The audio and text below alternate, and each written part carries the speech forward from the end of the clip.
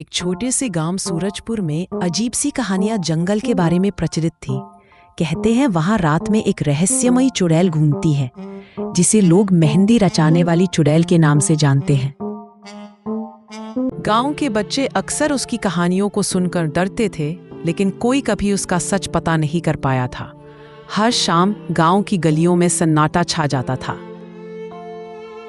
एक दिन गांव का युवा अर्जुन अपने दोस्त मोहित के साथ उस जंगल में गया। दोनों में साहस था, लेकिन मन ही मन डर भी था। मोहित, सुना है रात को यहाँ कुछ अजीब घटनाएं होती हैं।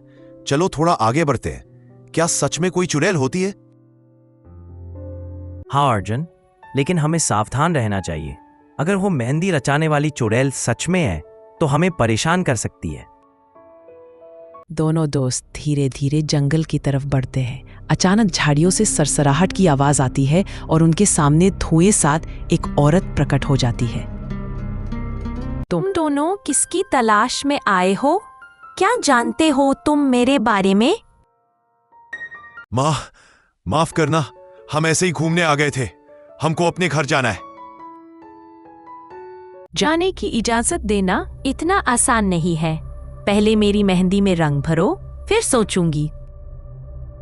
अर्जुन और मोहित घबरा कर एक दूसरे को देखते हैं, पर उन्हें रास्ता सूझता नहीं।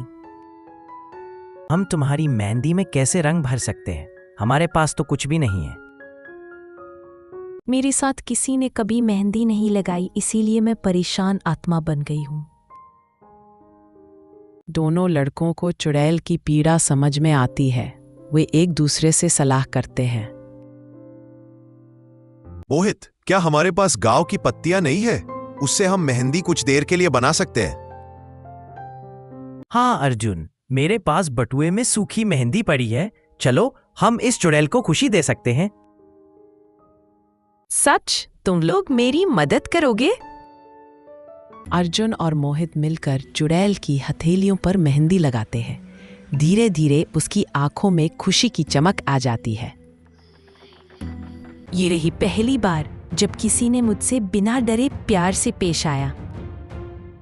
अचानक जंगल का माहौल बदला और हवा में भीनी सुगंध फैल गई। चुड़ैल के चेहरे पर गंभीरता आ गई।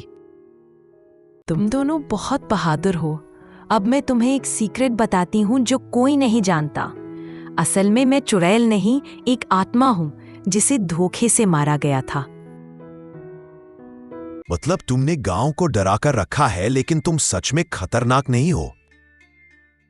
मुझे अपनी अंतिम सांस में मेहंदी लगानी थी, पर किसी ने धोखा देकर मुझे रास्ते से हटा दिया। अर्जुन और मोहित को बड़ी हैरानी होती है। तभी अचानक एक छाया फिर उभरती है और एक बुजुर्ग औरत सामने आ जाती है।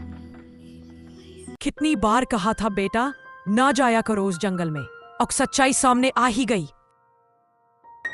दादी, आप यहाँ कैसे? क्या आपको भी इस चुड़ैल की सच्चाई पता थी? चुड़ैल मेरे परिवार की ही एक लड़की थी, जिसे बहुत साल पहले बेवजह गांव वालों ने भूत समझकर मारा था। कितने दुख की बात है कि हमारे समाज में बिना जाने किसी की सच्चाई पता किए बिना उसे दोषी मान लिया जाता है। मुझे अब मुक्ति मिल रही है, क्योंकि पहली बार किसी ने मेरी असली कहानी सुनी और मेरी इच्छा पूरी की। मेहंदी के रंग से चुड़ैल की आत्मा काफूर हो जाती है और जंगल में रोशनी फैल जाती है। आरू लड़के घर की ओर लौटते हैं। मुझे आज समझ में आया कि अंधविश्वास और अफवाहों में क्या फर्क होता है। इसलिए बच्चों, हमेशा किसी की सच्चाई जानने की कोशिश करना, बस सुनकर यकीन मत करना। उस दिन के बाद गांव में कभी भी मेहंदी रचाने वाली चुड़ैल की अफवाह नहीं फैली, बल्कि लोग जंगल में बेखौफ घूमने लगे। चलो मोहित, घर चले। अब डरने की जरूरत नहीं। हमने चुड़ैल को हमेशा के लिए मुक्त कर दिया। सही पकड़ा अर्जुन। अब मुझे जंगल में घूमने से डर नहीं लगेगा, लेकिन अगली बार सिर्फ दिन में चलेंगे। मेहंदी रचाने वाली चुड़ैल की कहानी यही खत्म होती है।